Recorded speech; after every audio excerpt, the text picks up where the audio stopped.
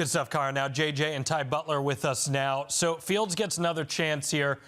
But is this the right opponent to seize the opportunity against, JJ? Well, you would think yes, fellas, because Cincinnati has been horrific defensively. They've graded out terribly as far as their metrics, the EPA per play, whatever you want to find. Cincinnati is one of the worst defensive teams in the league, and then you take away Trey Hendrickson, they're that much worse. However, I don't think the Jets are ever equipped offensively to go and put up premier numbers in the passing game because of everything you just heard Connor illustrate. This is a team that is depleted at wide receiver, and if you really look beyond the Week 1 game against the Pittsburgh Steelers, where the Jets looked like a fun, enjoyable, entertaining offense, it's been an absolute slog for the better part of 6 weeks. So it's a show-me game. It's a something's got to give type of game. It's either the crummy Bengal defense is going to put up numbers or Justin Fields is all of a sudden going to find himself. And to me, Ty,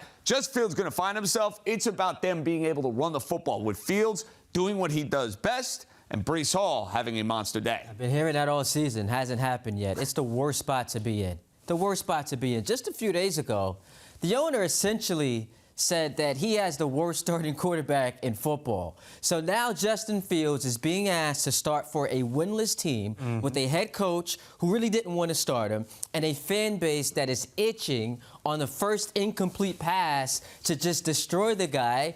And he's out there with his confidence is shot. He's like he's 31st in passer rating amongst 33 qualified passers. So it's a terrible spot to be in. And as you just talked about, they have no receivers. So the three receivers that they're starting combined 18 receptions. So look, you can say Cincinnati's defense is awful. I mean, the Jets have the worst offense in all of football. Now Justin Fields is coming in to try to save the day. I just don't think it's going to happen. Okay, so you say that the receiving core is already depleted, so how do you actually get around it, Ty? You have to do it defensively. It has to look closer to what we saw in London against the Broncos, where your defense finally forced a turnover and they kept you in the game long enough. Your offense is not going to be expected to do much, but if the defense can keep them in the game, the offense does enough, as I just mentioned, and the coach doesn't botch clock management, then that's how they get themselves a shot. But if Joe Flacco is swinging that thing the way he did against Aaron Rodgers and the Steelers, the Jets are just not going to have enough on offense to get this thing done. It's a great point on the defense. Look,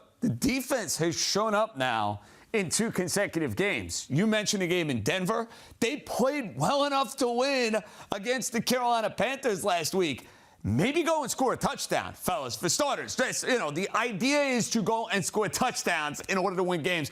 Well, the Jets have not done that in each of the last 2 weeks. So, yeah, force a couple of turnovers. Maybe you get Joe Flacco into a mistake or two because he's not going to be able to go and elude the pass rush. So you got to put some pressure on him. If you don't, Sauce Gardner not in this game. Jamar Chase, the best receiver in the NFL. T. Higgins on the other side is outstanding. If the old man has time to throw, he's going to look like me in the Royal Oak 2-and touch games. I mean, he's going to be slinging it like crazy. Jets can't have that. Run the ball, force turnovers. That's how they win. Joe Flacco burning the Jets in 2025. What a story that would be. On the Giants side, JJ, hear me out. Imagine a world where the G-men sweep the Eagles during the regular season. How can they make it happen? Well, it's a wild concept to think about. They obviously had their game of the year a couple weeks ago on Thursday night. Now, Vic Fangio, one of the best defensive minds in the NFL, has extra time to scheme up Jackson Dart, extra time to scheme up Cam Scatterboo, and the Giants are clearly licking their wounds from as bad a meltdown as you could possibly have against the Denver Broncos. So you're walking into a very, very difficult environment.